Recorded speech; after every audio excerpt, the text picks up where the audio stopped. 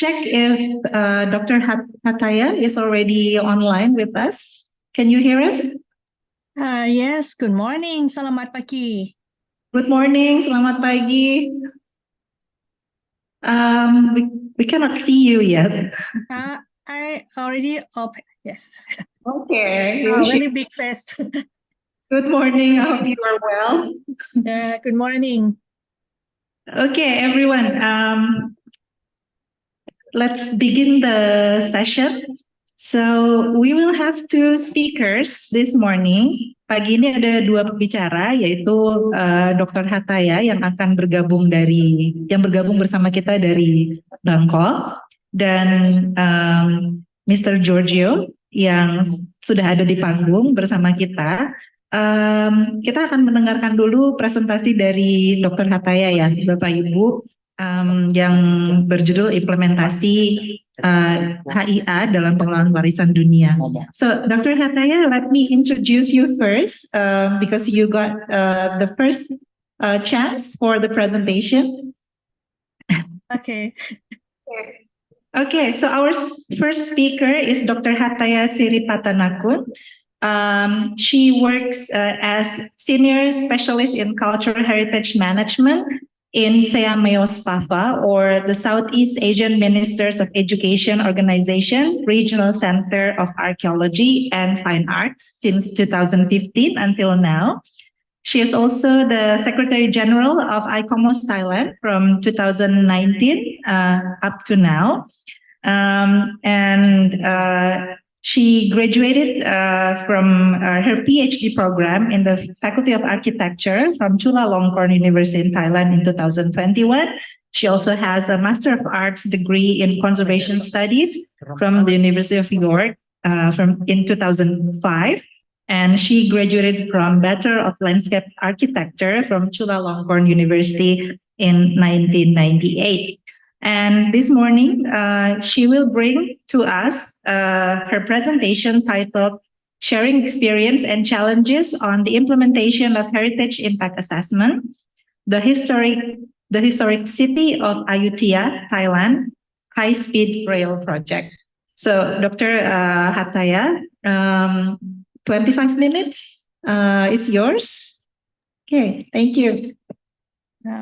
Thank you. And once again, good morning and selamat pagi. First, please allow me to thank the Indonesian Heritage Agency, Directorate General of Culture, to invite me to join this event as a representative from ICOMOS Thailand, as well as the specialist from SEAMEOS PAFA. I also have to apologize that I cannot be there in person. And hopefully next time I can meet you physically. So let me share the screen for my presentation. Okay, I think it's all right. Everyone can see my screen, right? Yes, we can see it. Okay, so today I'm going to share and perhaps discuss, if the time allows, with you about the construction of Thai high-speed rail that affect the outstanding universal values of the historic city of Ayutthaya. And also, as I have heard that according to the schedule, they should have someone from ICOMOS to give a brief information about HIA, but unfortunately, he or she cannot join this morning, so I may give a brief on the definition of HIA and the level of or scope of strategic engagement of assessment in any levels, the key elements of HIA, and a brief methodology of the process of the assessment as well. But it will be really brief and in the early part of this presentation. Okay, so starting from a brief background of HIA, I think for Malaysian colleagues, I think you have heard about HIA for a while, so I may repeat a little bit of what you already know. But it's quite important for me to bring these issues into the case of Ayutthaya. So, according to the International Association of Impact Assessment, or IAIA, HIA is a process of identifying, predicting, evaluating, and communicating the probable effects of a current or proposed development policy or action on the cultural life, institutions, and resources of communities, then integrating the findings and conclusions into the planning and decision-making process with a view to mitigate adverse impacts and enhancing positive outcomes. In brief, it's a process to identify threats to heritage values and recommending solutions. Very simple and easy. And why the HIA is needed? I think this is like the background why heritage impact assessment come to a professional field, as EAA has been practiced much earlier than HIA, and due to the situations coming from two issues. The first thing is the cultural resources are being exploited at an unsustainable rate. And the second issue is the decontextualization of heritage results in loss of significance and meanings, as we can see from these pictures. Considering the World Heritage Framework, the first issue is about what happened to the heritage directly. And the second issue is from the surroundings of the heritage itself. Like for these pictures, you can see it's quite important for us to think about the context of the heritage to be protected from any actions that can devalue our heritage. And this is also about the use of heritage in the past few decades. And also this one, these situations happen around the world. So this one. So what's the heritage impact assessment or HIA need to be achieved? In brief, we need to safeguard the integrity of heritage resources in the face of threats from development, disaster, or other scenarios of external change, to negotiate a sustainable balance between the forces of change, progress, and conservation in ways that maintain the authenticity of heritage, preserving its significance, meaning, and function in the life of community. And the last but not least, to mitigate the adverse impacts of developments and change, enhancing and adding value to the heritage as a result. So actually, if you can see, it's really meet the what would like to achieve according to the heritage framework as well. The integrity and authenticity should be maintained, as well as the impacts should be mitigated. And this is the level of strategic engagement. I'm not sure if you're familiar with these terms, as we have heard about HIA for a while, but for the heritage professional, we may not really involve with the environmental impact assessment as well as the strategic impact assessment, or SDA. But it's quite important for us to understand these three assessments and their differences clearly, so we will understand what we have to do. As the understanding of these three different assessments also bring some issues to the case of HIA implemented in Ayutthaya nowadays.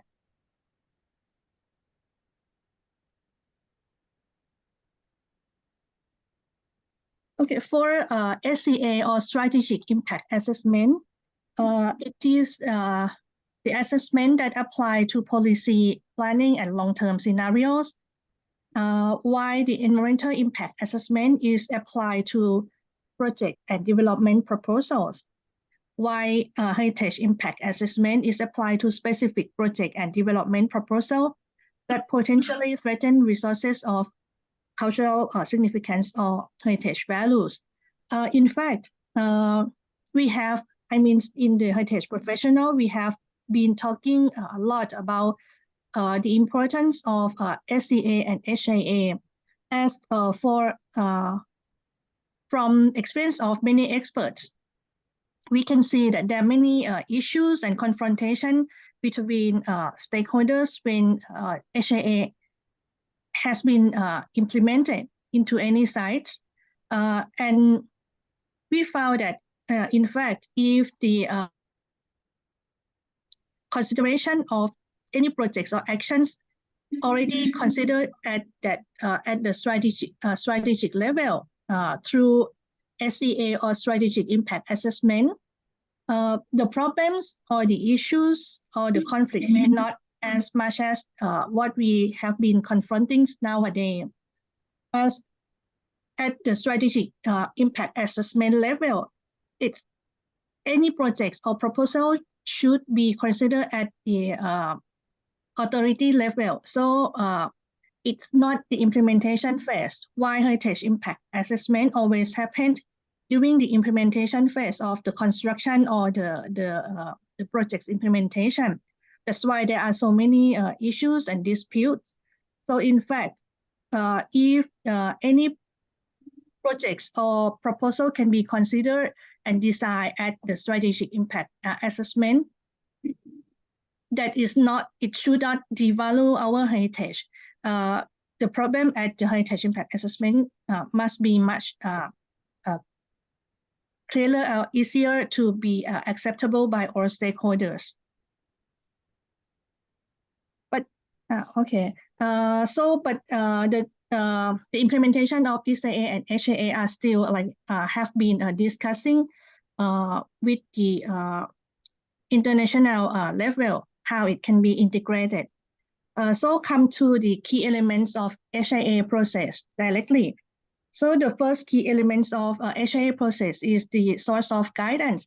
In fact, there are various publications and toolkits to help us understand and implement heritage impact assessment initiated or developed by several institutes or organizations such as ICCROM, ICOMOS, and the World Bank, and many others. Why recently, the ICOMOS as well as the ICCROM just launched a new guidance and toolkits, as you can see on your right-hand side.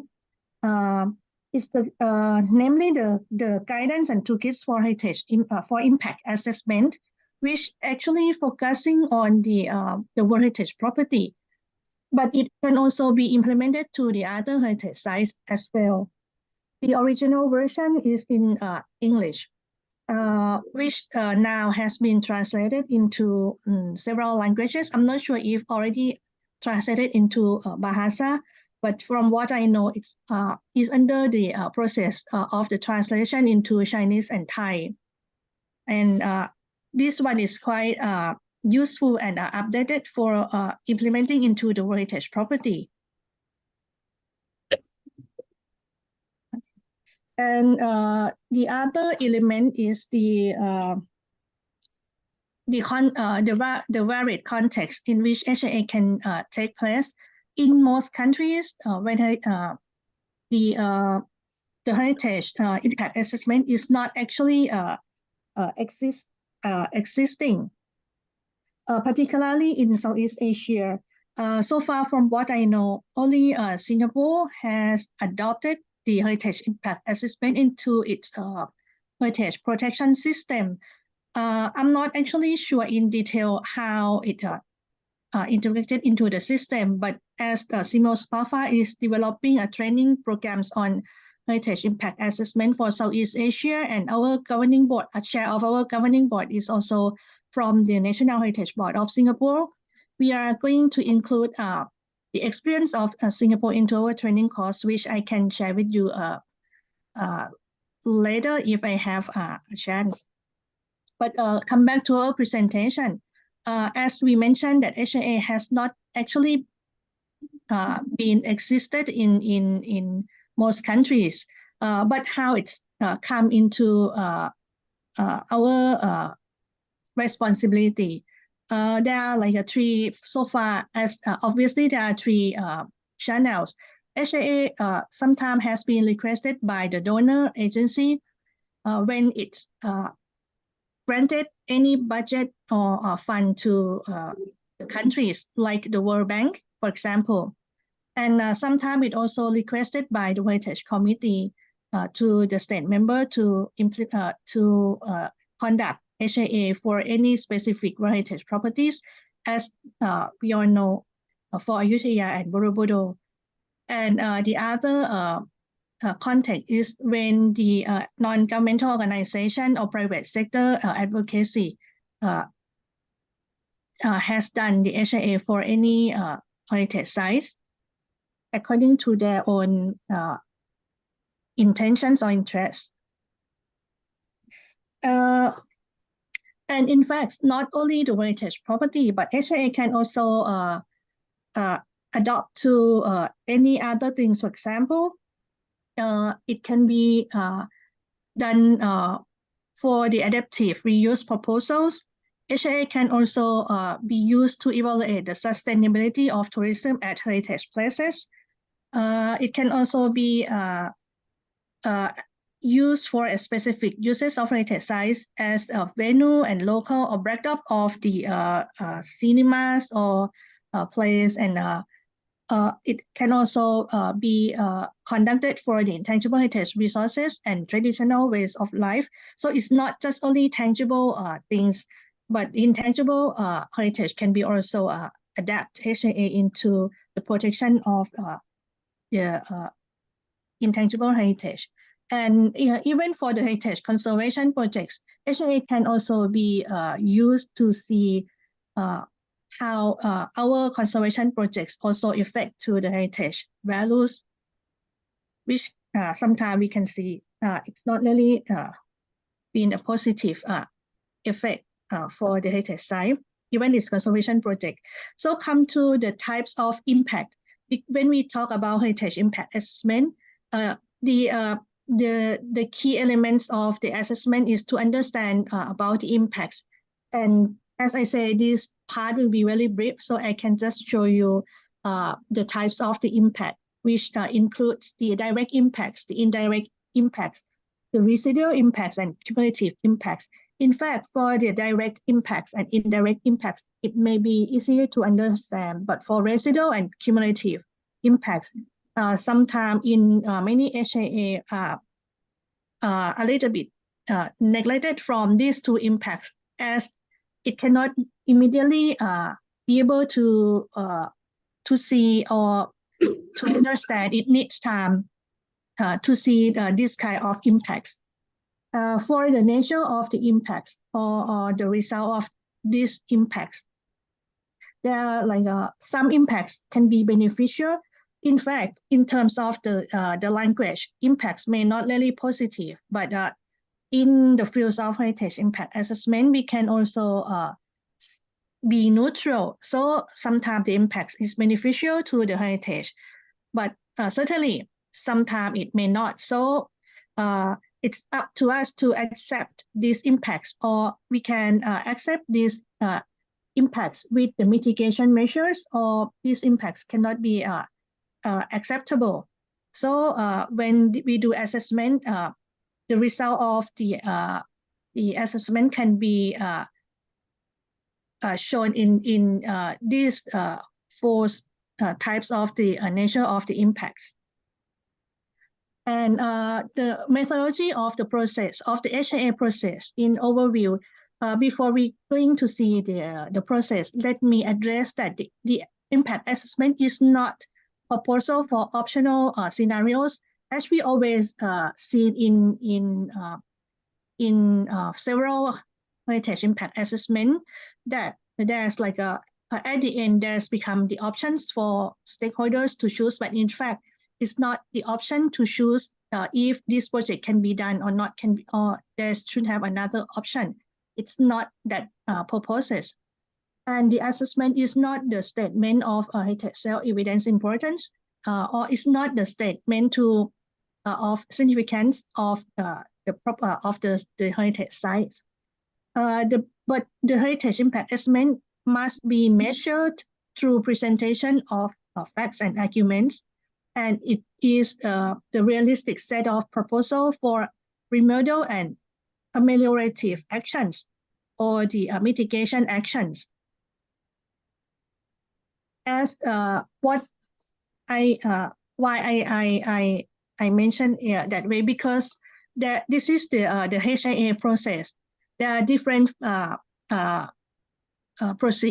activities or actions through the process.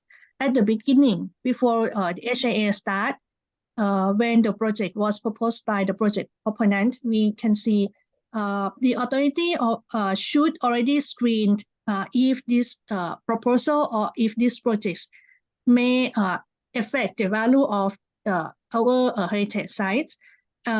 If so, then it's go to the heritage impact assessment. It can be, it should be the third parties who not really benefit or don't have any conflict of interest with the projects to conduct this impact assessment.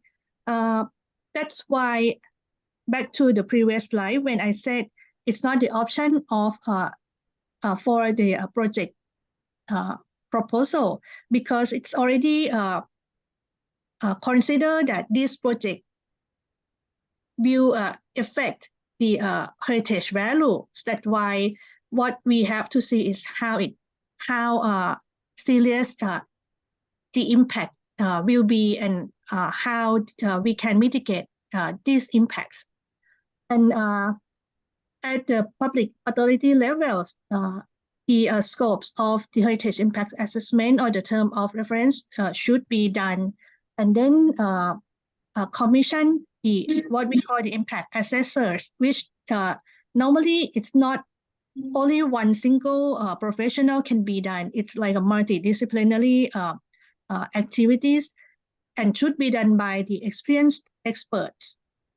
So as other impact assessment, the baseline data should be collected at the site level, or it can be a desk-based data collection, and then come to the main parts of the process.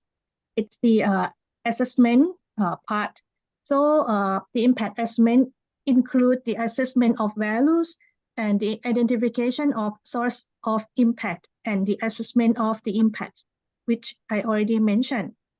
And after we understand the how the impacts affect to our heritage value, the mitigation measures will be offered. And at this level, the mitigation measures should be consulted all stakeholders. So this part is like a kind of the communication between stakeholders, whoever they are, the owners of the heritage sites, the people who live around the communities, or any other sectors. So this part may take time to come back and go back. Like if the measure is not really acceptable, it will come back to the impact assessor to propose the more acceptable measures to every to all stakeholders. And then when the mitigation is already finalized, the report will be written and submit to the public authorities who commission these impact assessors to review and see if they can accept before the mitigation measure will be implemented and monitored and or evaluated by the public authorities. But the implementation will be done by the project proponent. This is the overview of the heritage impact assessment normally. But for the heritage frameworks, for this part, it's a little bit complicated than what you are seeing on this screen. Normally, from my experience, after the HIA reports already submit to the public authorities of state members, it will be submitted to the Heritage Center to be reviewed by the ICOMOS. experts, and then submitted to the World Heritage Committee for the decision. So it's not just finished at this stage like other heritage sites. So it will always take time, and if the World Heritage Committee thinks the HIA should be revised and it's not convincible, it will be sent back to the state party to revise and strengthen the heritage impact assessment report to be more convincible. Okay. And now what should be put into the report? We will talk about ITR later, but I may talk a little bit at this point that when the HIA has been conducted for the historic city of Ayutthaya, I always ask what should be put in the report. So in fact, this is the format. It's not compulsory. It's just an example of the format that have been done by the expert who have a long experience in heritage impact assessment in our region and in the other countries in Asia and the Pacific countries. You can see starting from the introduction, the breakdown of HIA, the TOR, and the basic information of the heritage. And then the methodology of this assessment. So this part is like there is not a set of standard. It needs to be designed how this assessment should be done. And also the legislation or guidelines and standards to be used for the assessment should also be clarified in the report. The description and assessment of the significance of heritage or the value assessment in the heritage context. This part is quite important, and this can also taken from the statement of outstanding universal value as all heritage property are already established. And the description of proposed changes, which actually it's the detail of the projects to be done and may affect to these heritage sites, and the assessment and the evaluation of the impacts to the proposed change or to the projects.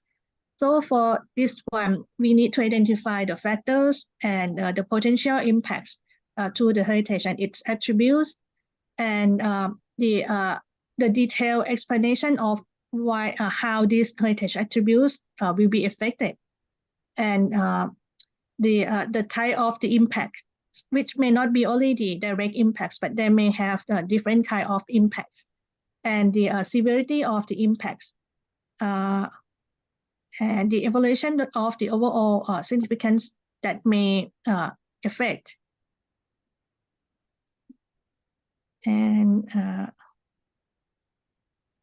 And the mitigations recommendations. So this is like what proposed to be done to reduce the mitigation.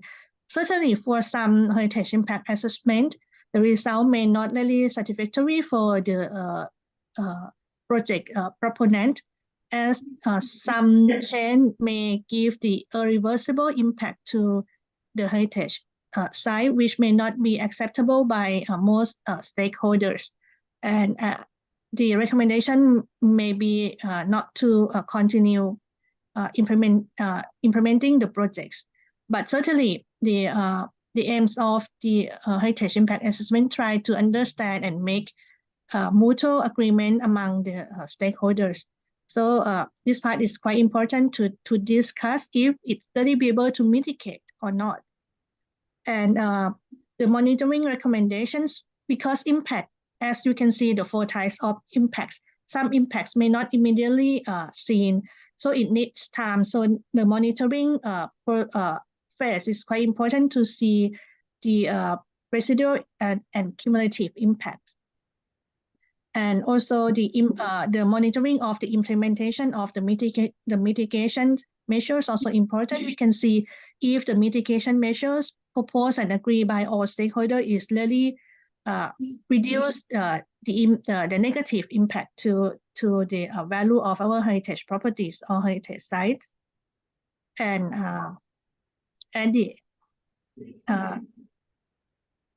that's at the end of the impact is the evaluation of the synthesis and advisory, which is like the concluding of the report.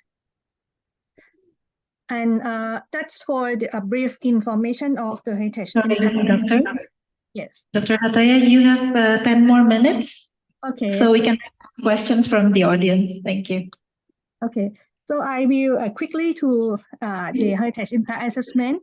This is just to show you that now in Thailand, we have only one heritage law to be used to protect the heritage in Thailand, which is the Act of Ancient Monuments, Antiques, Object of Art and National Museum, 1961. Unlike the Indonesian laws that you have, as I study, you have quite a number of the laws to protect your own sites, and it's quite developed, I have to say. For this act, it's a criminal law, so the punishment includes both imprisonment and fines. And it's authorized by only the Director General of the Fine Arts Department, Ministry of Culture, Thailand. So he appoints the committees on ancient monuments conservation to be the advisory body for him to give a recommendation for his decisions. And this is just a process of the heritage protection, which is partially it's like the heritage impact assessment, but it's not that systematic. As you can see from the earlier part, when we talk about the heritage impact assessment elements and principle, we can I can say that in Thailand, the heritage impact assessment does not exist in our legislation framework. But how come we have done HIA for Ayutthaya? As I mentioned, it's a request from the Heritage Committee for us to conduct the HIA when Ayutthaya was considered to be affected by the construction of the high-speed rail projects. And that's why we are talking today. And I'm going to introduce you to the Ayutthaya, the historic city of Ayutthaya. As you can see in this slide, this is the area views of the heritage properties. It's surrounded by river, as you can see here, and also canals. So it looks like the island. But this map can give you a clearer understanding. Inside the island, which we call the city island, only half of the island in green color is the World Heritage property. Certainly, the whole island is legally protected by the Act of Ancient Monuments, but only the green one is the heritage property. And but in fact, according to the remains of the historic buildings and also underground archaeological evidence around the city island in the other side of the river, we also found many evidence. As you can see on your left-hand side below, this is a pictures of a temple, which is quite well known, and you can see from the website of the World Heritage Center, but it's not included into the boundary of this World Heritage property. And these remarkable temples is quite well known according to a Thai drama named The Love Destiny, which is quite famous many years ago. And also on the east side of the city island, which you can see from the picture on your right-hand side above right. This also the area that found many remains of the buildings in this part of the city, and they're all the attributes of the heritage value of Ayutthaya. And I take the statement of actually is a retrospective statement of outstanding universal value, because when Ayutthaya was inscribed in 1991, I think you may also realize that at that time we don't have the format like we see nowadays in the operational guidelines. So in 2011, I think, if I'm not wrong, we submitted this retrospective SOUV to the World Heritage Committee, and it was adopted.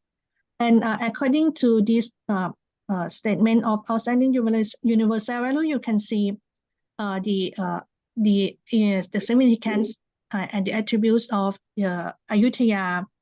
As for example, the historic city of Ayutthaya, founded in 1350, and it flourished from the 14th to 18th century, during which time it grew to be one of the world's largest and most cosmopolitan urban areas and a center of global diplomacy and commerce. Ayutthaya was strategically located on an island surrounded by 3 rivers connecting the city to the sea.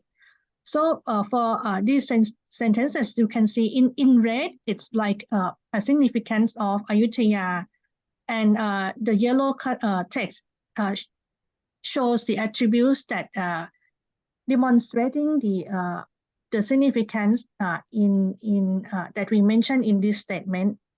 I will not go through every sentences, but just to show you how we understand the clear significance and attributes of Ayutthaya through this statement. And this is at the end. So this slide show you an example of how we identify attributes and value and assess its values. In fact, this has been done even before the HAA was requested by the Heritage Committee. But we, Sophia Arts Department did this table when we developed the disaster risk management plan for the Ayutthaya when it was flooded severely in 2011. So you can see from this is just example, and in fact the attributes can be detailing in specific individual sites or areas, not as just you are seeing, because in the city island and its surrounding, there are more than 500 temples, which parts of the temples are still and many are also archaeological or remains of the buildings that built in Ayutthaya period in 14th to 18th century. And from this, you can see the significance actually taken from the SOUV. I show you just very quick, but if you have a look, you can see all the sentence I mentioned. And I would like to highlight the end, the last line, the last row of this table. It's mentioned that one of the significance of Ayutthaya is the emulation of the perfection of the mythical city of Ayutthaya, which is like a kind of mistress areas of Ayutthaya, whether it's mean Ayutthaya itself or it means the area in the east of Ayutthaya, which now known as Ayutthaya. And these really be the issues when HAA is implementing. And as I mentioned, that the attributes of the of OUV of Ayutthaya is not just founded in the city island, but the areas around the city island also full of the attributes. And even in the city islands, only half of the island is the World Heritage property. So with the statement of OUV and the property and the boundary that you are seeing, it's not really reflect and match. That's why in 2021, the Heritage Committee adopt a decision to request Thailand to pursue an extension to the boundary of the property to reflect the complete footprint of the city of Ayutthaya, with a view to submit a renomination or minor boundary modification proposal. So it means the boundary that we are seeing in the green color I show you is not really enough to demonstrate the OUV of Ayutthaya. And the other issues which has not been discussed Excuse me, yet. Dr. Capraya, you have 5 more minutes. Sorry. Okay, yes, Okay. yeah. So Ayutthaya is a property that doesn't have the buffer zone. So there's the issues when we are talking about the heritage impact assessment, because this is the according to that decision, the Fine Arts Department set up a team to study the potential areas that can be extended to cover to include into the heritage boundary, and this is the outcome. The study is still ongoing. It's not finalized design yet. How large of the new boundary, but this is what the study so far, as you can see around the city, in all directions. There are a lot of the attributes that demonstrate the footprint of Ayutthaya. And this map, the study also matched to this map, which actually is the database in the GIS system of the Fine Arts Department, done more than a decade ago, that we already plan to extend the boundaries, but there's many issues and it has not been implemented yet. As you can see so far, only number 1 areas in green is in the property, in the boundary of the property. But in fact, we already aware that the whole area should be included. And this is the high-speed rail plan of Thailand. Ayutthaya is in the first phase of the construction. And this is the result of the Belt and Road Initiative. So this rail system will connect to the train, the rail system in Laos, PTR, and connect to China in the north. And in Ayutthaya, what's going to be built besides the rail system, the station, which is main station, and also the maintenance station will be also constructed in this style.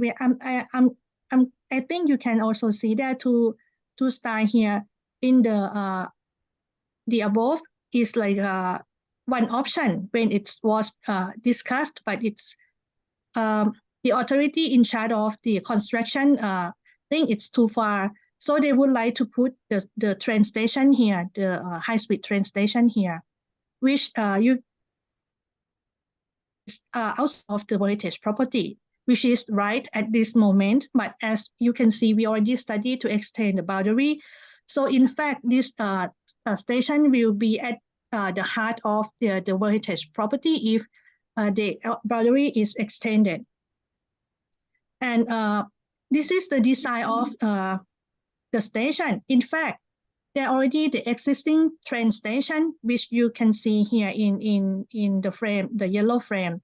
It's not, it's quite small and harmonized to the surroundings, the communities, but the new station is like more than 10 times bigger than the existing one, and it will cover the existing one.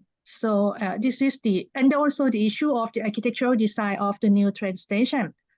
If it's really contradict to the heritage value, we try to mention about the international diplomacy and global commerce of Ayutthaya. But this would like to show the local identity. So this something can be discussed further. This is the pictures of the projects. And the system that decide to construct when the rail passed to Ayutthaya is the elevated rail.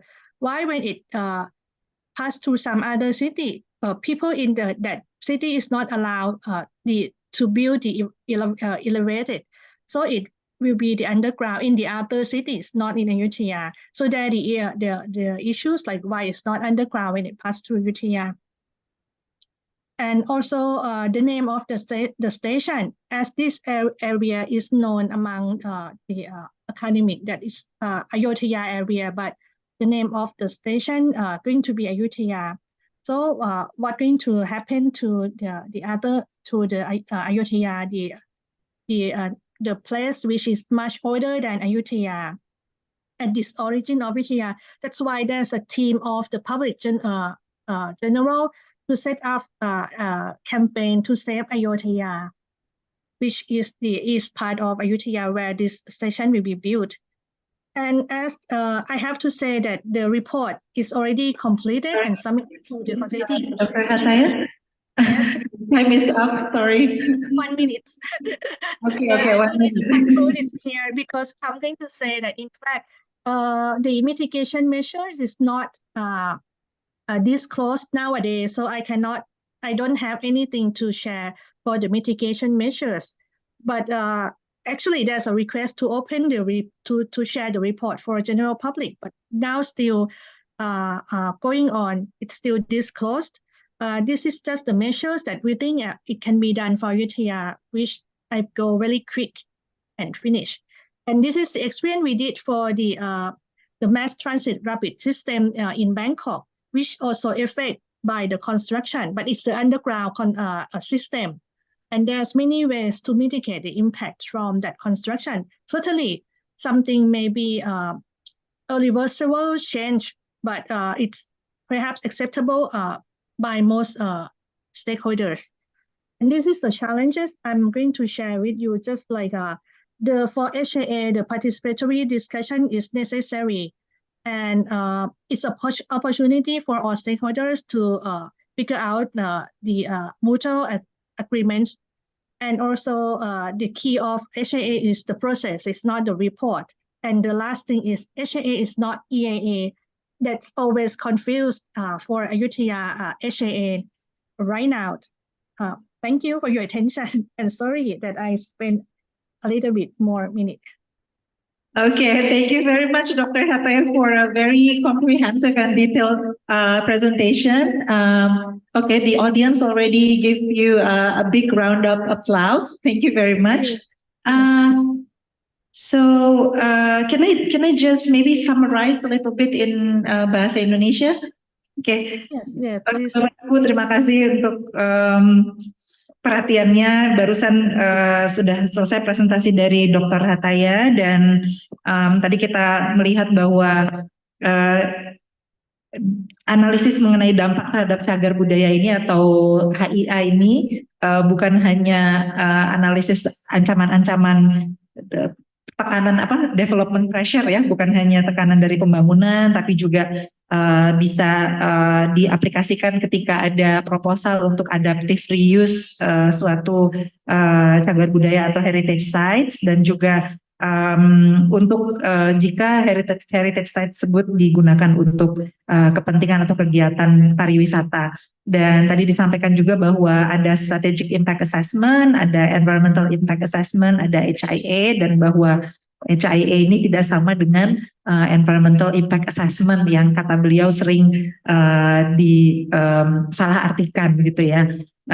Dan tadi kita juga melihat ada contoh-contoh kasus dari pembangunan kereta cepat di Thailand yang berdampak kepada situs Ayutthaya. Okay, Doctor, will you be able to stay with us up until the end of the session, or you prefer the questions now? Do you have, somewhere else? No, I can be here until the end of session, but okay. So we will go to the next speaker first, and then we will have a Q&A session at the end of the session. Okay. Thank you very much for staying with us. Nanti Pak Yunus sih. Yeah. Kita di akhir aja Pak, biar katanya beliau nanti bisa stay sampai akhir. Gimana Bapak Ibu panitia? Saya ngikut aja nih. Terakhir aja ya Pak ya. Okay. So Dr. Hataya, we will have the Q&A session at the end of Mr. Giorgio presentation. So please stay with us. Thank you very much. Okay, ladies and gentlemen, Bapak Ibu, we have the second speaker for today. Okay, already to the stage. So I would like to introduce you to Mr. Giorgio Tavlaridis. He is a chemist with 34 years of experience, a conservation scientist and an expert of cultural diplomacy. He's been living in many countries and worked in many countries throughout these years. And he graduated from a chemistry department at University of Pisa, Italy. He has a very long CV. It will take us maybe 1 or 2 hours to read them all. So I would like just to give you the time for your presentation. Sir Giorgio, please, the time is yours. Hadirin sekalian, terima kasih. Selamat pagi. And thank you very much for the kind invitation. And thank you very much to participate like expert in this meeting. And it's a big challenge to work for the conservation of the Borobudur temple for several reasons. One, because it's very big monument, probably one of the biggest monuments, Buddhist monuments in the world. Second, and very important, the construction material, andesite stone. We don't have many monuments. We have buildings, but not monuments around the world with andesite stone. And andesite stone is a little bit particular stone. Why? Due to his constituent materials. If you see, we have the principal material is the silica, and contains about 55 to 63% of the silica. So we don't have many the scientific publication regarding the conservation of the andesite stone. We have some publication regarding its degradation process, but the unique, believe me, scientific publication regarding the restoration project and materials to use, are from Borobudur Research Center. Only that it is in the scientific publication.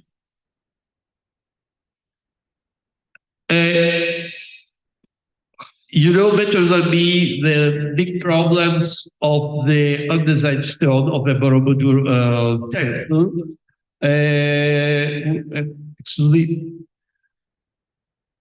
We have many solid efflorescence, many dark patina, many type of biological alteration. But the biggest problem is the degradation of the andesite stone of Borobudur temple. And the first reason, for my opinion, was before to make the drainage intervention, I think so about the years 40s, I think so. the drainage. So starts the degradation of andesite stone. You can see the process because it absorbs water. No.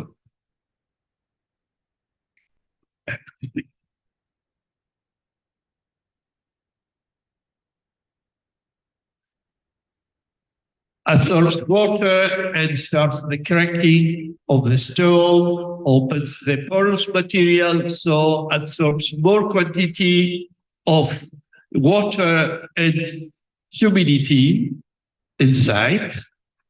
And we have the progressive cohesion of the material.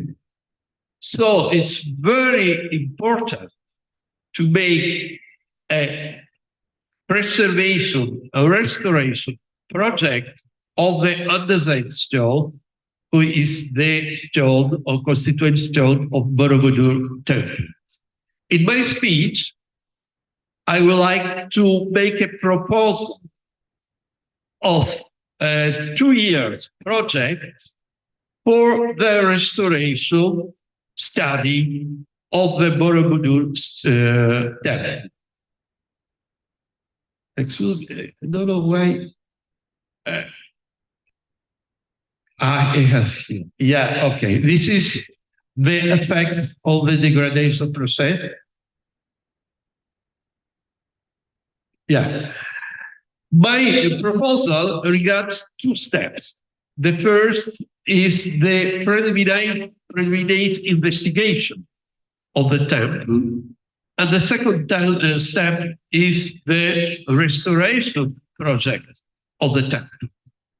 Regarding the preliminary investigation, it's very important to focus the type of study, the material study for the conservation, and the type of conservation that we have to do.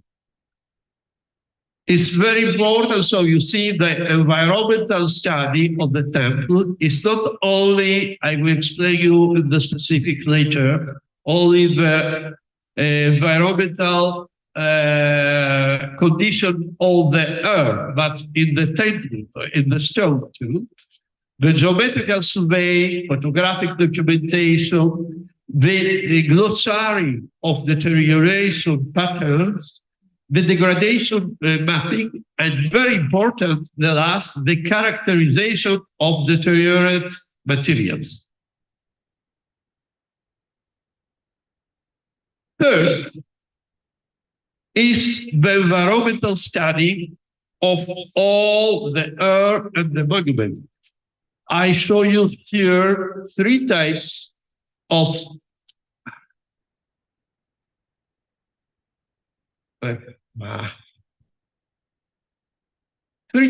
instrumentation. The weather station, I showed you it is in the Borobudur, but 2 types, different types of instrumentation that, for my opinion, must be used for the Borobudur temple. The first is the data logger, this data logger, to control the surface temperature of the Borobudur temple, of the stone. And the other is the data logger for measuring the moisture content of andesite stone. And they are the data, the type of studies of measurements that we have made in all the air and to the stone. And I focus only the last. The water content in soil adjacent to the building, so we can understand exactly if the water content in the soil be absorbed from the stone.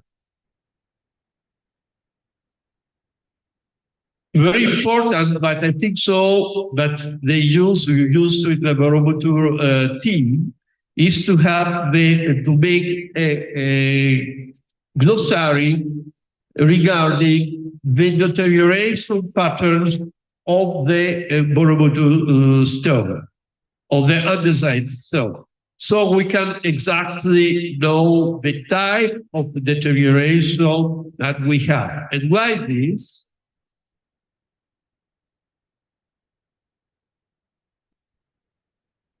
This is another type of deterioration glossary. Why? Because you have to make the degradation mapping of all the building. I know it's a big work. It's more than 1 year work. But only in this case, we can know exactly the type of degradation at each point that we have in the building. And second, where is the area, the percentage of degraded stone? I hope that is not the entire stone degraded. So it is a big problem now. Okay, it is very, very important to know, to have the knowledge. With this mapping, we can know exactly the type of degradation and where, in what point it is this type of degradation. Go the next. Characterization of deteriorated materials. It's very important because without knowing what type of deteriorated materials we have in the stone, we cannot make the intervention. I focus 2 points. In your left, you can see the clay transformation, some parts of altered andesite stone. According to the literature, it's very important that, according to the literature, in particular environmental conditions, the material of the silica of andesite stone is dissolved, and we have a reformation in clay. So it's very important to know if we have this type of transformation of the materials in the altered zones in clay, transformed in clay. The other, I focus the yellow patina. I think so in the Indonesian language is okre, something so. Okay.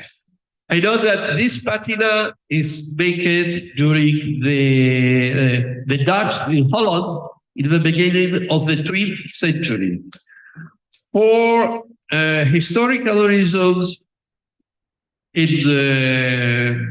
and conservation reasons and technological reasons, it's very important to know exactly what type of patina. If this patina is degradation patina or protective patina, etc., etc., etc.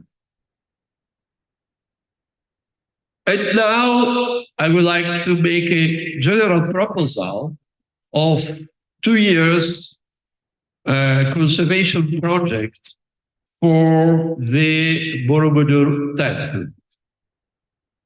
The first is very important, the elimination of biological alteration of the temple, cleaning of surface and elimination of degradation products, consolidation of decorative surface, and the last, integration and grounding. This is very important. This test must be carried out at the first of the laboratory, making several types of tests, and very important, make accelerated weathering tests, because without accelerating weathering tests, we cannot have exact the results and the functionality of these products. Afterward, to decide to make a small test on the site of the stone of Borobudur temple. The first is the elimination of biological alteration of Borobudur temple. You are very lucky country, you know that, or you know better than me, because Indonesia is the more rich country of natural materials. And today, in the science, we try to use for the elimination of biological alteration using only natural materials, extracts of plants, flowers, etc. So you are very lucky because you have many types of extracts to use for the elimination of biological alterations products of the terminal. The cleaning of the surface. You have many types of patinas, and theoretically, you can use laser cleaning for the stone. But from my opinion, it's impossible. Why is it possible? It is very big monument. You need probably 2 centuries to clean this area, all this building with laser cleaning. So you have an alternative system. And again, you are very lucky. The agar-agar gel, Indonesia, is one of the biggest producers in the world of agar-agar gel. I can speak so much for agar-agar gel because I'm a specialist using the agar-agar gel for the cleaning of the surface. So you can use your product of your country, of course, making many research, application, and combination of products to use the agar-agar gel. And if you like more information regarding the agar-agar gel, in the 2020, during the seminary organized by from the Borobudur Conservation Center, I make it for the seminary this video, so you can have many information regarding the agar-agar gel, the using of agar-agar gel, his application, and the results that we can obtain. Consolidation is a big challenge. It's a big challenge. Why? First, because we don't have information, scientific. I told you, the only scientific information are made from the Borobudur Center. We don't have a scientific publication regarding the consolidation. That is very important to use to make the consolidation of the loose parts of the andesite stone. If not, the degradation process continues. I have to precise that my proposal and idea regards the degradation of the stone consolidation, but not structural consolidation. The structural consolidation is totally different and needs many specialists, and particularly it's necessary to collaborate with structural engineers specialized in the structural consolidation of historical buildings.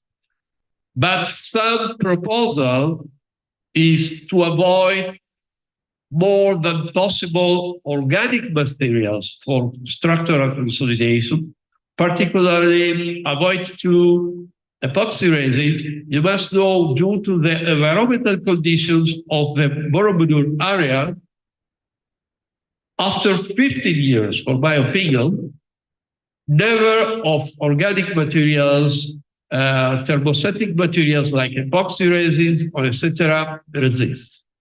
The low maximum of life that they can have in Borobudur area are 15 years. So probably it's better to study alternative types of structural intervention and consolidation. But regarding the consolidation of degraded surface, I have three types of proposals using three materials, not complicated to apply, not expensive, and you can find very useful to find in the market, etc. The first is the ethyl silicate, but the solvent is a new type of ethyl silicate, dissolved in isopropyl alcohol. So this type of consolidation, this type of dissolved in isopropyl alcohol is a big advantage for Borobudur. Why? Because you can apply it in wet material. Then the stone, if the stone is wet.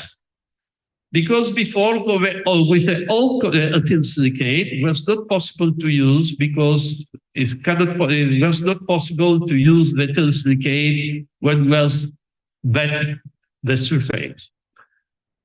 The second, this is my idea, but it is to some publication of that, to make the consolidation using the geopolymerization, using a mixture of potassium hydroxide and potassium silicate.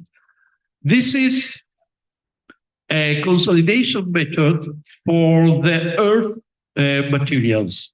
And because I am an expert of earth materials, and looking the percentage of silica inside of the andesite stone, I think that it's possible to use the geopolymerization for consolidation. It's very simple, very fast, and very economical.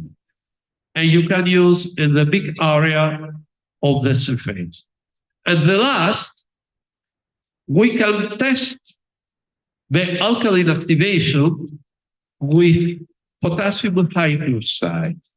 Okay. Can you go?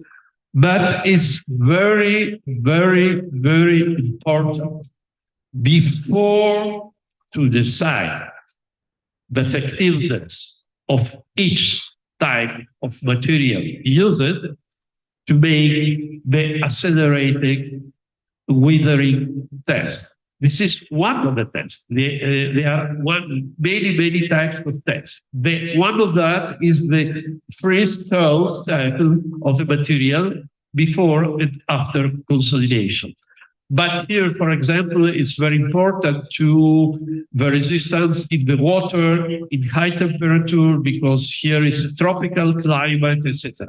But it's very, very important to use make accelerated weathering test before to make a decision the type of consolidation and restoration in general. And regarding to the grounding of materials, no, we can get yes, we can use to the geopolymerization using geopolymer materials for grounding. It's very simple and very, very resistant material. And I hope that this short suggestion is an upfront buy. It's a work about 2 years minimum for that. But I hope that is helpful my speech for you to make this project for the protection of this beautiful temple, the Borobudur temple. Terima kasih. Terima kasih. Thank you very much, Mr. Giorgio. Thank you, very interesting presentation. Beliau ahli kimia ya Bapak Ibu, jadi tadi banyak istilah-istilah unsur kimia di dalam presentasinya. Mungkin ada yang masih ingat, ada yang memang bergerak di bidang tersebut, ada yang permangu-mangu kayak saya karena udah lupa. Tapi tadi beliau mengingatkan bahwa Indonesia itu adalah gudangnya bahan alam ya, jadi kita sebetulnya bisa menghindari menggunakan bahan-bahan yang tidak alami dan bisa toksik gitu di dalam pelestarian batu andesit ini. Dan juga tadi ada hal yang menarik ya, penggunaan agar-agar gel agar-agar untuk konservasi batu andesit. So thank you for reminding us that we have an abundant source of natural materials that can be used for conservation of andesit stone. Thank you so much for the presentation. Now we come to a question and answer session. Bapak Ibu, saya akan buka untuk 3 pertanyaan dulu, bisa bahasa Indonesia, bahasa Inggris, terserah Bapak Ibu. Okay, Dr. Hantaya. Okay, so we'll have a question and answer section right now, and we will start with 3 questions from the audience. Bapak Ibu, mohon nama dan instansinya ya. Terima kasih.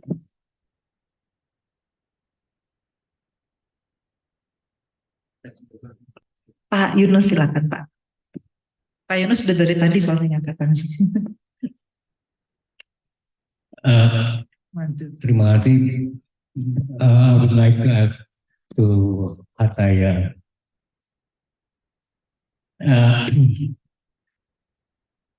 Thank you for your presentation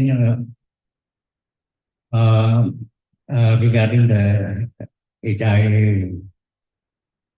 Based on my experience in working on the HIA on Borobudur, I was commissioned to do with the team to do the HIA for Borobudur, and I realized that it is a long process while being interviewed by the World Heritage advising body.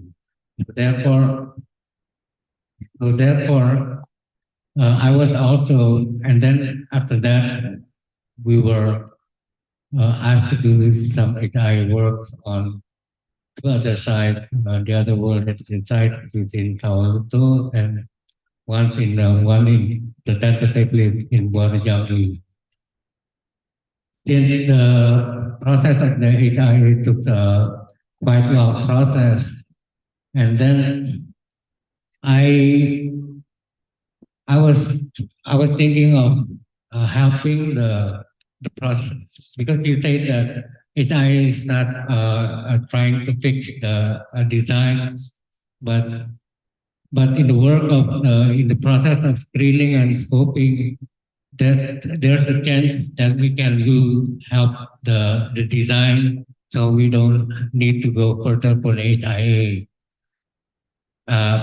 So therefore, since I was in between as a former government office and then trying to be part of the helping the expert or an NGO with working with the HIA, so I try to help in the process of since the design, the architect or the architect usually when they already develop the design and the TED, and sometimes they don't want to fix the design, but based on the experience that I've been working, the architect would like to go further so the work can be done. So they cooperate with us.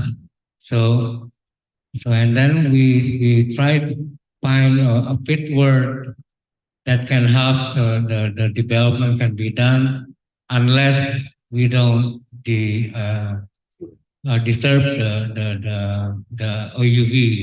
Pak Yunus, maaf, mungkin boleh langsung ke pertanyaannya, Pak. Yeah.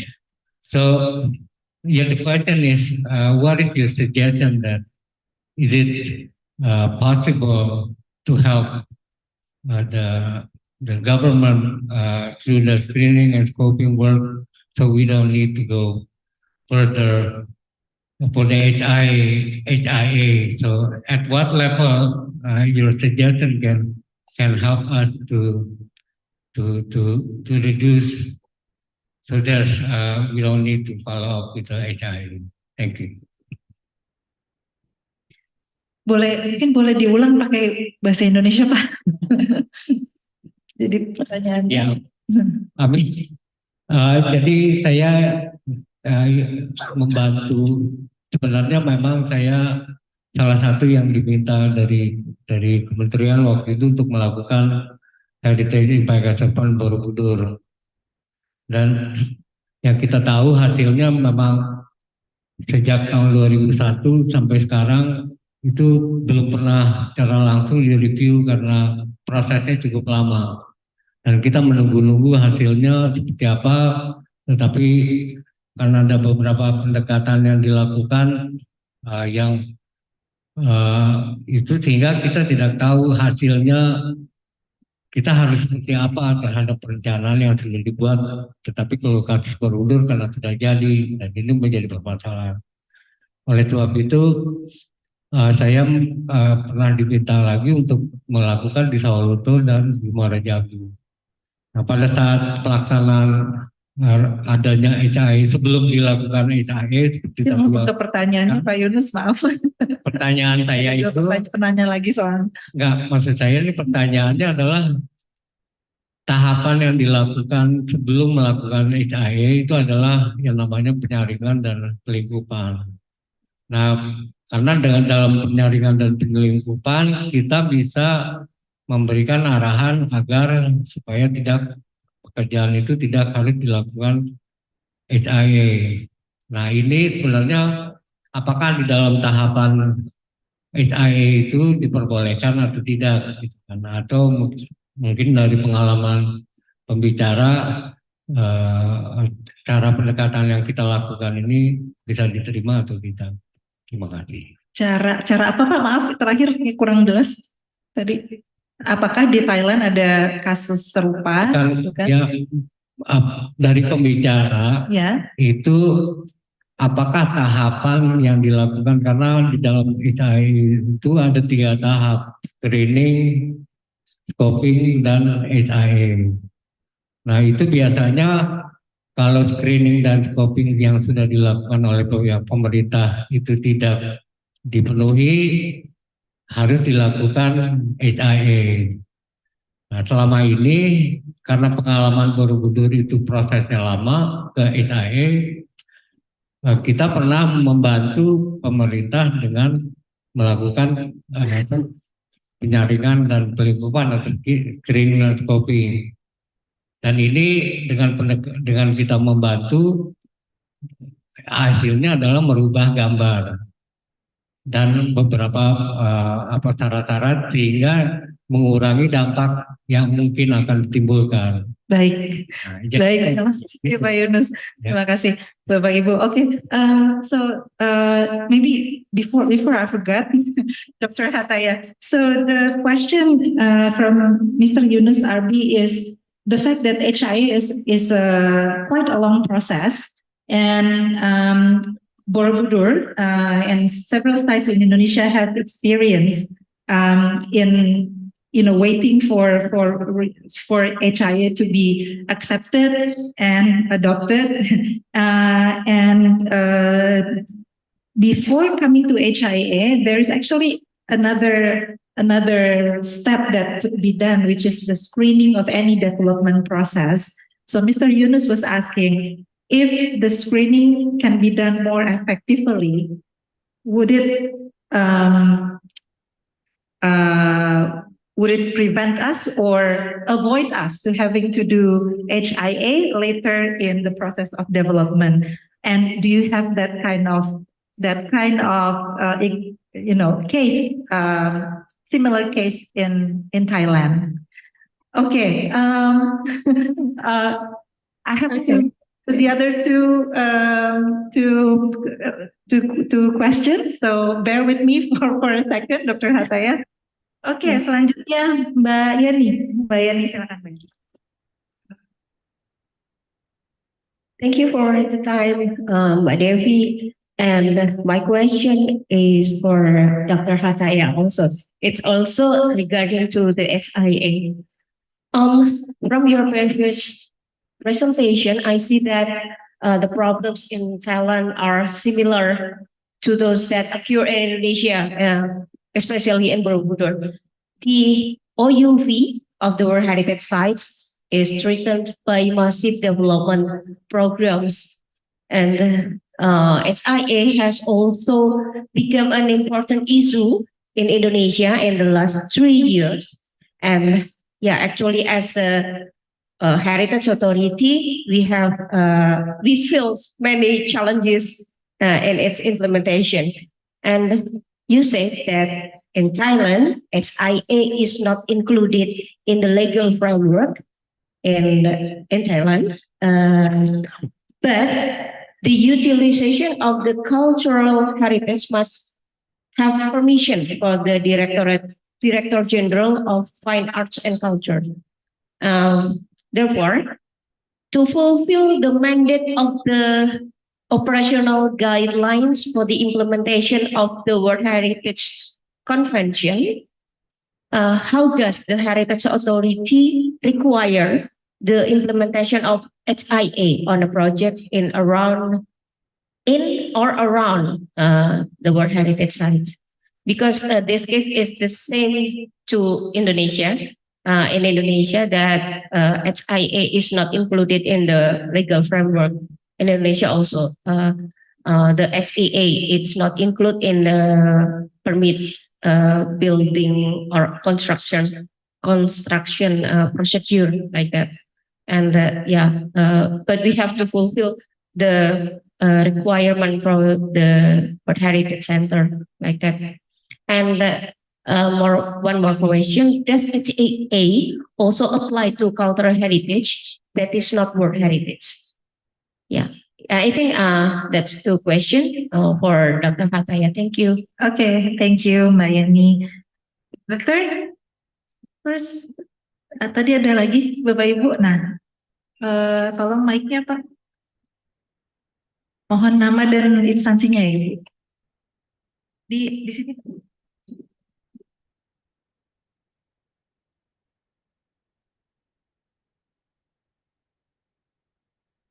Selamat pagi, terima kasih atas kesempatannya. Saya Emil dari Dinas Lingkungan Hidup dan Kehutanan Provinsi Jawa Tengah. Pertanyaan pertama untuk Dr. Hataya, bahwa selain merupakan warisan budaya, Borobudur ini juga merupakan bagian dari cagar biosfer atau biosphere reserve yang sudah ditetapkan oleh UNESCO juga pada tahun 2020.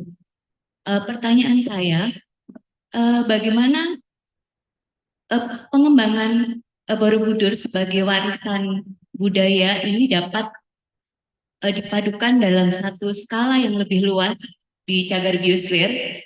Dalam hal ini cagar biosfer Merapi, Merbabu, Menoreh, di mana area intinya adalah Candi Borobudur, kemudian Taman Nasional Merapi dan Taman Nasional Merbabu, serta Suaka Marga Satwa Sermo. Adakah satu konsep yang bisa untuk pengembangan warisan budaya ini dalam skala yang lebih luas? Ini pertanyaan untuk Dr. Pataya. Kemudian yang kedua untuk Pak Georgius, bahwa tadi disebutkan kondisi lingkungan itu juga berpengaruh terhadap kelestarian batuan andesit yang menyusun Borobudur. Mungkin bisa dijelaskan bagaimana, apakah perubahan lingkungan itu pengaruhnya seperti apa terhadap kelestarian Borobudur, dan lingkungan seperti apa yang ideal untuk kelestarian Borobudur. Yang kedua, bahwa pelestarian, pembersihan dengan menggunakan ekstrak tanaman yang ada di Indonesia. Mungkin bisakah dijelaskan tanaman-tanaman apa saja yang bisa dimanfaatkan, dan apakah tanaman ini ada di sekitar Borobudur ataukah mungkin di Jawa Tengah? Terima kasih. Terima kasih Ibu. Mohon tadi namanya siapa Bu? Emil. Mbak Emil ya, Bu Emil dari Dinas Lingkungan dan Kehutanan Provinsi Jawa Tengah. Oke, Saya translate dulu ke Dr. Hataya. So, Dr. Hataya, the third question is from Miss Emil from the Office of Environment and Forestry of Central Java. So, she was asking whether do you think is it possible for the conservation or development of cultural heritage in Borobudur as a World Heritage Site be integrated to a wider area, which is in this case the Biosphere Reserve of Merapi Mountain, gitu ya Bu ya. Jadi apakah bisa diintegrasikan pengembangannya, kemudian konservasinya ke area yang lebih besar, yaitu dalam hal ini misalnya cagar biosfer ya Bu ya. So that is the third questions for you. And the next two questions is for Mr. Giorgio. And he said to me that he already got the question, understand the question. So the question is, what is the ideal environment for the conservation of Borobudur? And if there are plants or natural products that can be used, does it grow around Borobudur? Okay. So, Dr. Hataya, we will go to you first. Okay, please go ahead. Okay, please collect if I cannot remember the question exactly, but okay, I take note on the questions. For the first question, thank you, Park Yunas. Nice to meet you once again, even it's virtually. I have learned a lot from you, in fact. Okay, I think for your question, certainly, yes, I think you, as you already experienced and passing through many confrontation among stakeholders, I know it's really, sometimes it's really painful experience. That's why we have been talking about SEA. Actually, when it's come to the screening and scoping process, it means SEA is already start. Normally at that level, sometimes it's may not be able to avoid to conduct HAA, but how I think that's what have happened. But what we are trying to promote, as I talk to colleagues at ICCROM and ICOMOS during. In fact, this year we had an event called Training the Trainer for HAA. It's hosted by WITRAP, which is the organization in Shanghai, China, to discuss about the capacity building for professional on HAA. We have talked about how we can promote SEA into the heritage system, because normally it's not every countries have SEA. And this is really it's really, how can I say, contextual. It depends on the system of each country. I'm not sure in the case of Indonesia, but in Thailand, in fact, SEA or strategic assessment has been adopted, not for cultural heritage professional, but it has been done for the natural sites for a while. So at this point, it's quite difficult for us to try to argue with the government. If you see the planning, I show you the high-speed rail plan. Actually, when the plan was developed at the strategic level, SAA, I think it was done, but the heritage sector was not included.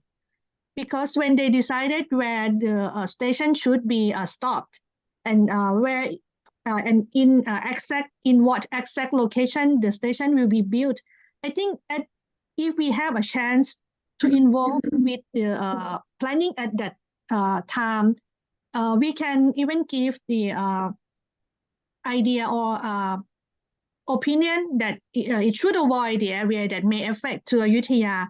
But certainly it's for the case of the historic city of Ayutthaya, this already happened. So we have to move forward with HAA. But I can share from my experience for the future. we experienced about this, even it's not exactly the HIA, but when Bangkok going to build the mass transit rapid system, the underground train lines and station, it passed through Bangkok. At that time, it's already the EIA or environmental impact assessment already approved, so they thought it should be all right. Luckily, we still have the Act of Ancient Monument, which is the other act, and it's not under EIA or any other act. So at that time, I still the official of the Fire Arts Department. My colleagues and I, we are like quite have a solidarity to insist that the assessment should be done before the construction can be implemented in the History Core of Bangkok. And we really strongly talking to them. On the other hand, we also share that we don't want to stop the development of the underground station. We also like to have it. It's really important for the daily life, but we need to talk to them. We ask them to adapt the architectural design, and as we have the authorization according to the act, they have to listen. But with a good conversation after years, I have to say after years, we have the same understanding, and it's quite like, I think it's quite a transparent conversation, and we talk to them not with the negative attitude for to the projects. And for the next project for the underground construction, they come to the Fire Arts Department at the beginning before they start doing anything. So it's avoid what happened in the previous project, what happened to the previous project. So I think for us now, we really need to, what we can do, we have to insist that this should be consulted with the heritage sectors at the strategic level before it's go to the implementation phase. And I ever joined the activities of Indonesia 4 or 5 years ago when there's many construction proposal proposed for the Borobudur context. And I know at that level, sometimes if it's already designed by the government, the central government, it's very difficult to change many things. So this is what I think we can do at this point. If, as I said, if it's already agreed at the strategic level, so for HIA, it will be easier. And you may not be even to do HIA if it's not really affect the sites. I'm not sure if this is an answer for Pak Yunus' question. Gimana Pak Yunus? Jadi kayaknya memang to prevent is better than to cure, Dr. Hatta. And in your experience, you will, I mean, the Thailand government learned its lesson that, you know, it did consultation first in the second project to avoid having to, you know, lengthy discussions and a hard process in doing the HIA. But that's for the underground station, and I think the official is the roles of the officials very important, because when it's come to Ayutthaya, why issues happen and it's come to this point. But as I said, when it's happened to Bangkok for the underground train station construction, the officials in Bangkok are very, very strong. They don't like us much, as we are like perhaps sometimes too strong, but it's good for the later projects that and I think even we strong but with a good wish, we don't try to stop the projects. I have some answer for HIA or for Ayutthaya if I really involved, but as I'm in the committee to make a screening and scoping, so I cannot do much for the implementation of assessment, and I cannot say much as well.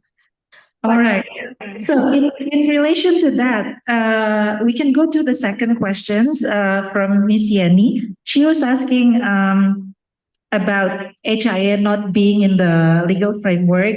in Thailand, which is the same case as in Indonesia, but to fulfill the operational guidelines, we should do that. So, pertanyaan tadi apa Mbak?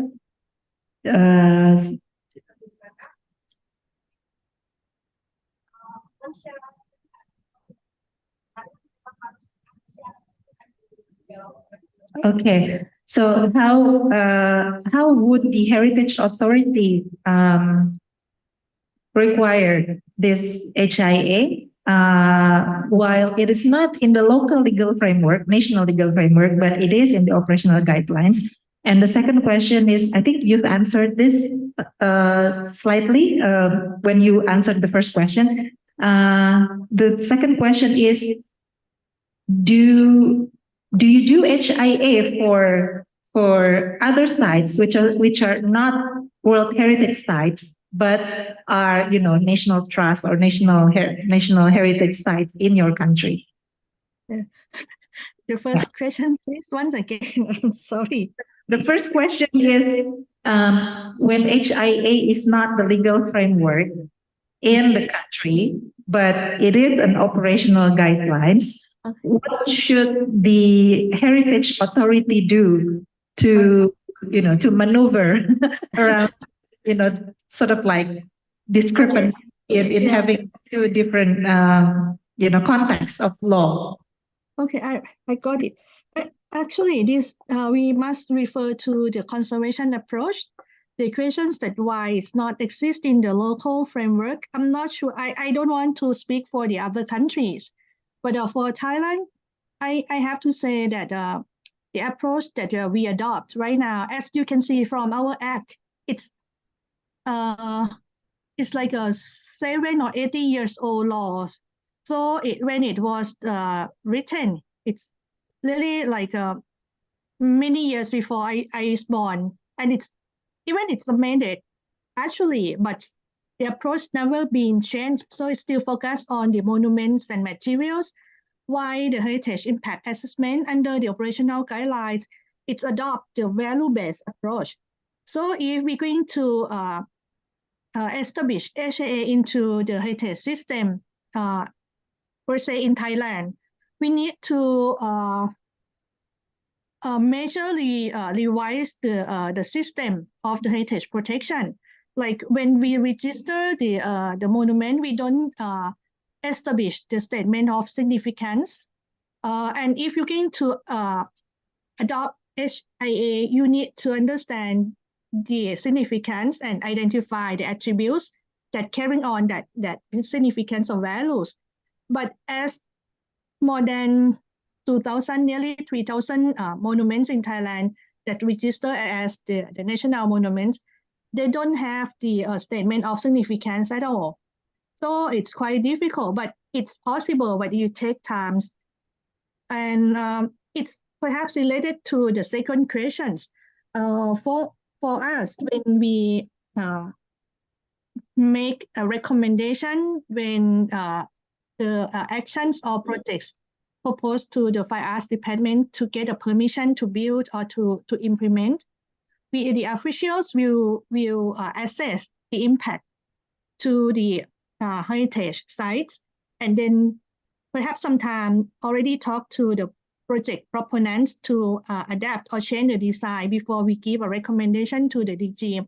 But this is really individual. I can say that because luckily that I have a good senior colleagues who teach me to use the value-based conservation when we're looking at the projects. But I cannot say for others. And when I already attend a training on HIA, I also adopt it into my ways of works. But this should be more formal and should be more systematic for every officials to do assessment when they're going to propose the recommendation for the DG. And if they can do that, it means at least part of the heritage impact assessment may be adapt to the local system. But certainly there are also the other key elements of the heritage impact assessment, like the participatory process, which I'm not sure in our governing system how much participation is allowed for people in the project permission of Thailand. This is I'm not sure if I answer the second question, but certainly as the official, I think most of you here is the official. You can, when you make your comments for the permission, you can start using the way that HIA introduced to your own ways of works, and I think it helps. It will help at least to reduce some issues happen like what we are seeing nowadays. Okay, thank you very much, Dr. Hataya. Gimana Mbak Yani? And may I also add Hampir something? sama. Okay, so Yes. she said that it's quite similar situation in our country and yours. Yeah. Dr. Hataya, we have another question actually from Miss Emil. So, do you remember the question or I remember. But before I answer the question, may I just saying something really short that as this situation, actually we are talking among our governing boards, the SIMOS-FAFA governing board, which is a high official from the cultural essentiality of Southeast Asian countries, that we in our capacity building activity, we will try to identify how HIA can be implemented into our region legally. I think that's the aim, one of the aims of our training that may be held the early next Sorry, year. Dr. Hataya. Sorry to interrupt. So the question was, what is your opinion on integrating the cultural heritage, preservation, development into a wider area of such as the biosphere reserve?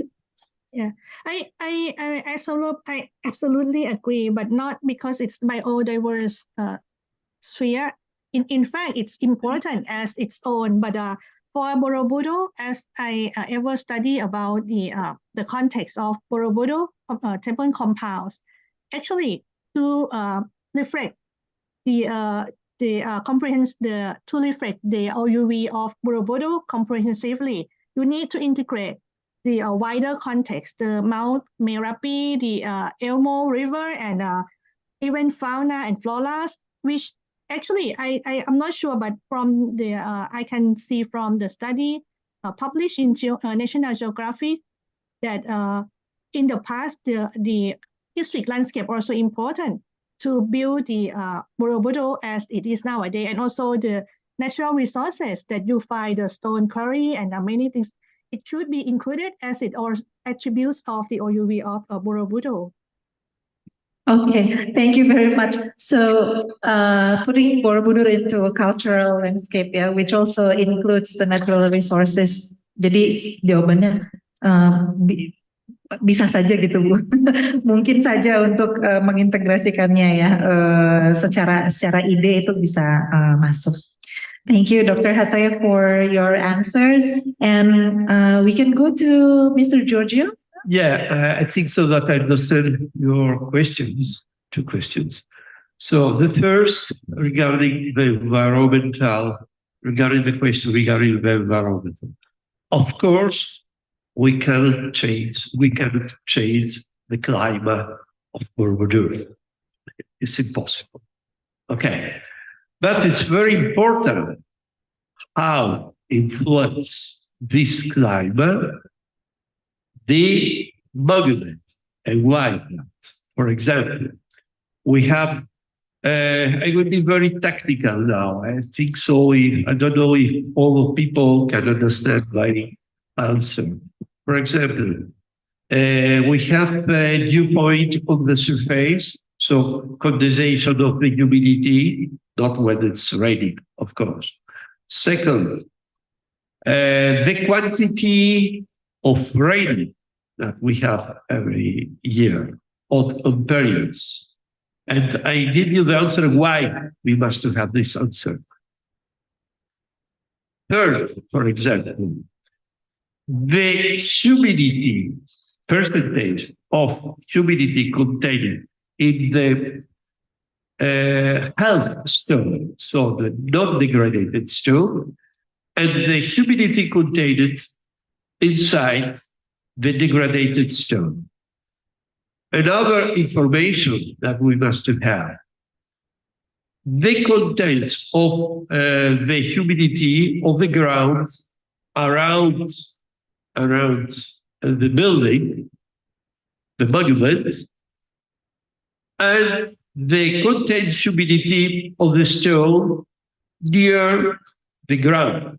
So in this case, so we can understand, for example, if we have more reactant humidity.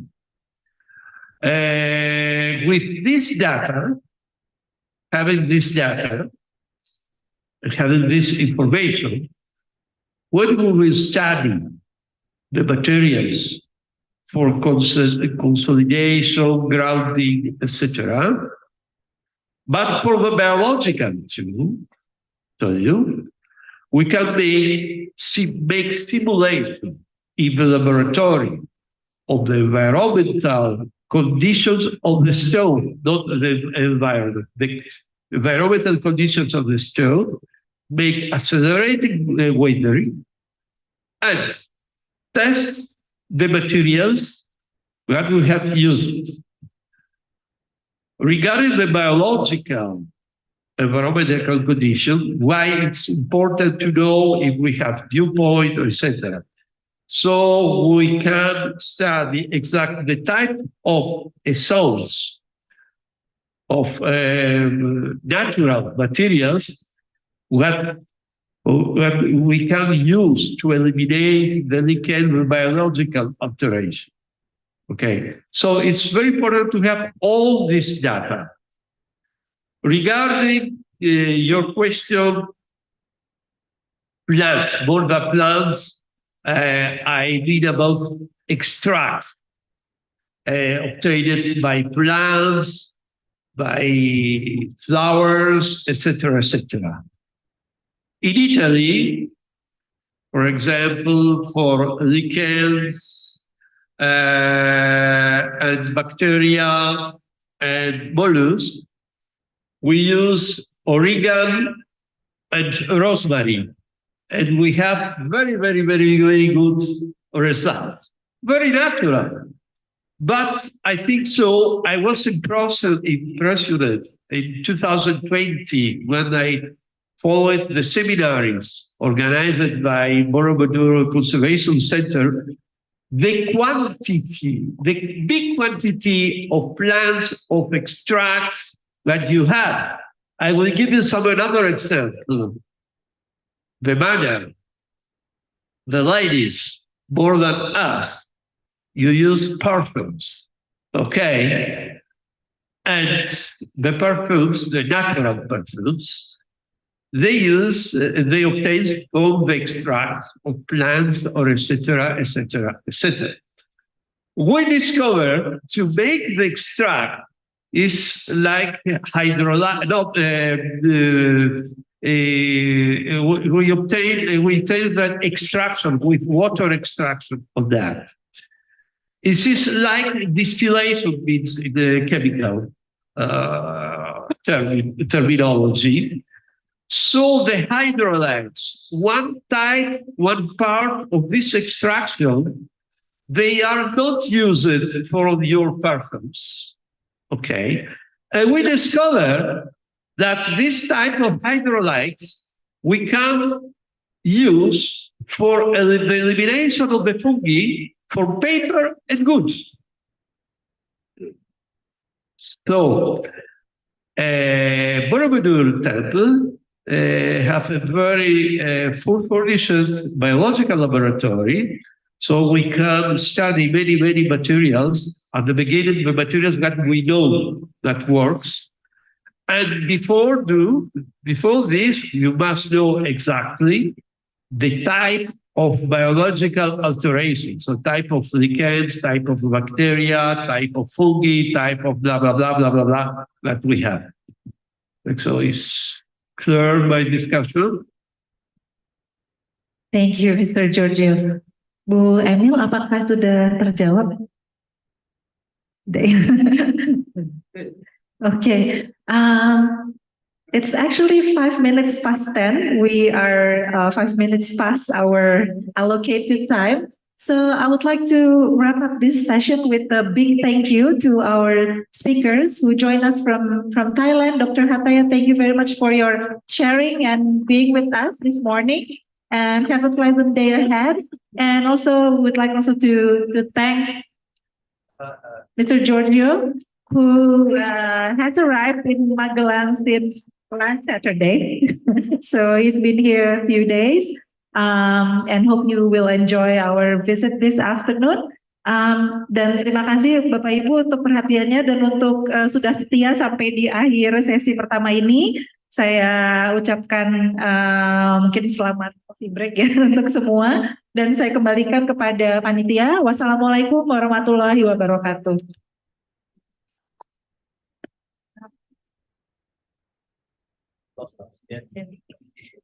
Terima kasih Bapak Ibu. Untuk selanjutnya silakan menikmati coffee break yang sudah disediakan. Kami ingatkan kembali bahwa pada acara expert meeting ini disediakan terjemahan atau interpretasi dari bahasa Inggris ke Indonesia dan sebaliknya secara simultan melalui headset dan receiver. Bagi Bapak Ibu yang ingin menggunakan receiver dan headset, dapat mengambil di booth yang berada di dalam boardroom. Untuk saat ini yang sudah menggunakan headset maupun receiver